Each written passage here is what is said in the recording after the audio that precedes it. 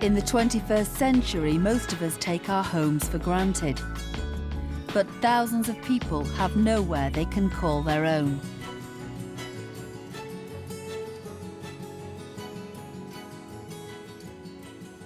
Two, 3 months ago, I was actually on the street. I had no other option but to sleep on the street, you know, and this Aldsworth Court came up and I just thought, yeah, why not, give it a chance.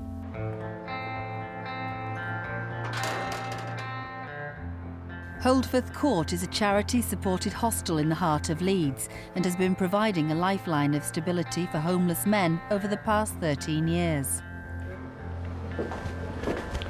Morning, guys. Morning. Everything all right? It's a hostel for up to 36 single homeless men. They have to be referred to us, and we go through a process of interview. And if accepted, if we have bed spaces available, they would be brought into the hostel. We would explain to them again the process by which we work, and we would start a resettlement package with them.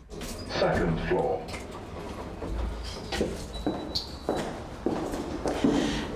Each of the rooms has the usual things like, you know, bed, bedside table, chest of drawers, wardrobe, there's vanity sink, shaver, mirrors and lights.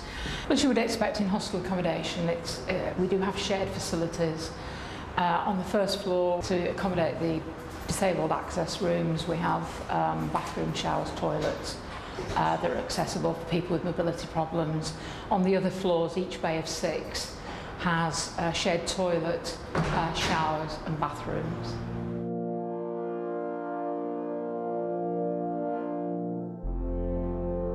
Homelessness in itself has a major impact on an individual. Predominantly we work with people who have multiple issues, and that might be mental health, learning disability, substance use, alcohol use. It could be relationship breakdown. It could be for many reasons, and people come from all social backgrounds. It's not unique to one particular part of society. I've not actually worked with anybody who's become homeless by choice.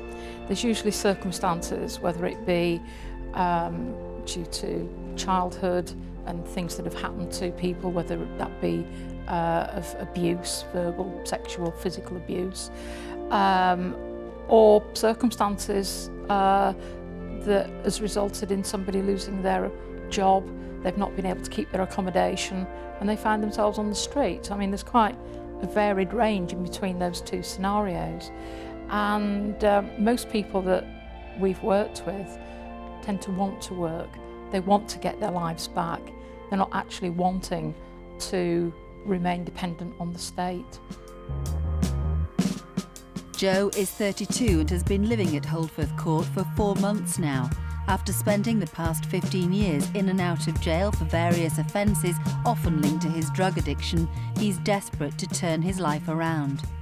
As an hostel, it's just such a fantastic place. It's like a home. You know, you feel comfortably, it's nice, it's clean, it's tidy. But it's given me a little bit of stability.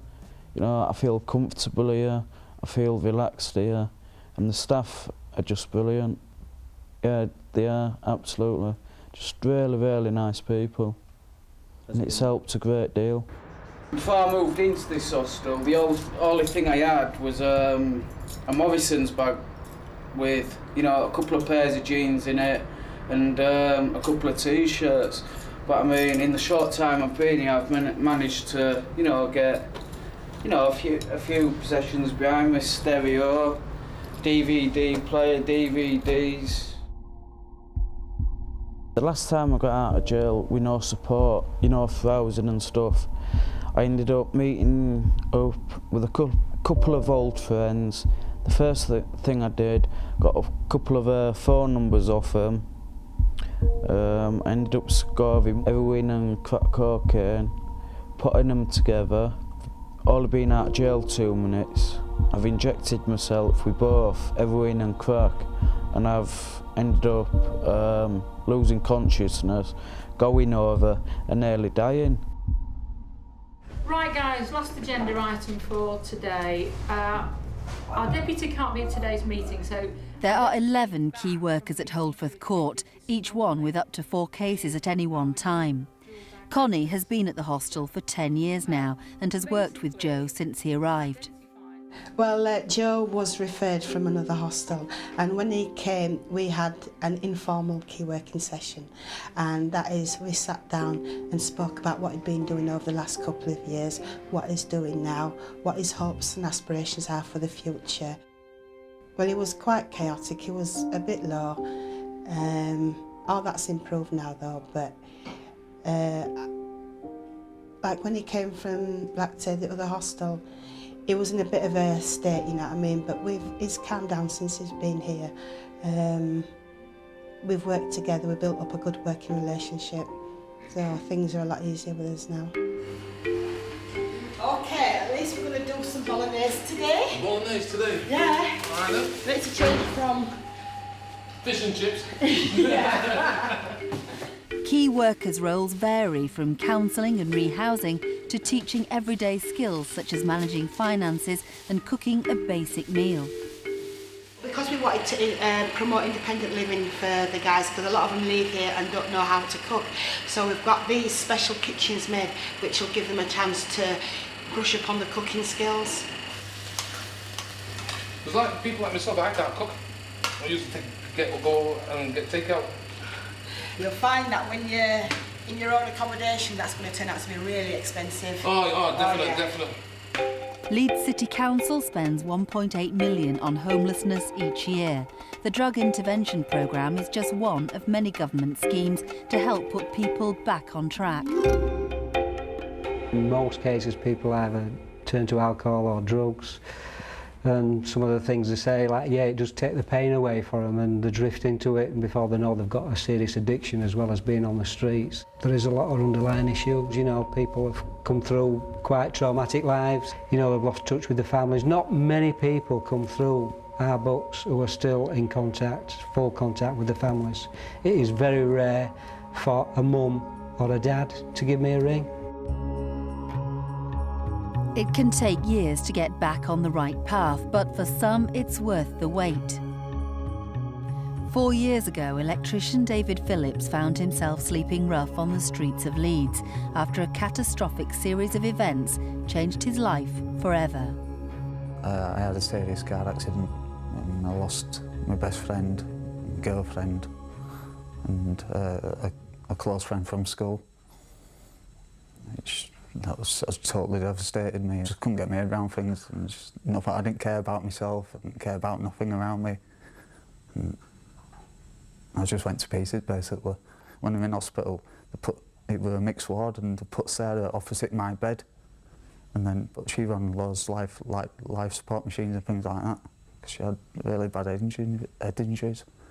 So then all the machines would go off, and I just needed to get out of hospital. I couldn't cope with, you know, the situation and seeing her like that. So I signed myself out of hospital, and my mum started nursing me at home.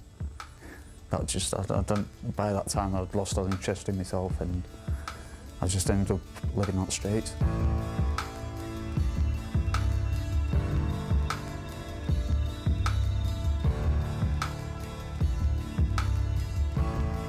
It's been 6 months since Joe was last on the streets.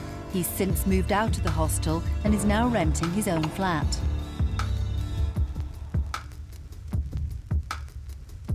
As you can see, everything's still up in the air at the moment, so we'll just have to, you know, in a couple of months' time it'll be excellent. Well, this is the living room, obviously, and you'll have to ignore the messes I say for the time being. I've just started stripping it all yesterday, so it's a really nice flat. I've really landed on my feet. It's absolutely superb. I am over the moon, absolutely. So as soon as it's decorated and stuff like that, it'll be absolutely superb. I left Holdsworth Court last Friday because all my furniture was supposed to been delivered, but it hasn't as yet. The only thing I've got is a camp bed for the time being. But I mean, you know, since moving out, I feel, you know, just so much better within myself. You know, having my own independence again, away from the hostel scene, you know, just to build up my own you know, my own security, which, you know, for the last few years has been very, very hectic, you know, from being homeless, you know, from stopping with friends and stuff and hostels. And I think finally realised that if you want something, you've got to get out there and actually fight for what you want. And things don't just happen over the night. You know, if you really want something, you've got to really, you know, fight nail and tooth for it. I'm happy. I can actually see a future for myself now. But 2 weeks later, and things are not working out as planned. He wants to do it full stop, do you know what I mean? What we're saying is, do you know what I mean? I don't know if something's upset him or he's had some bad news. It could be any number of things. I don't know.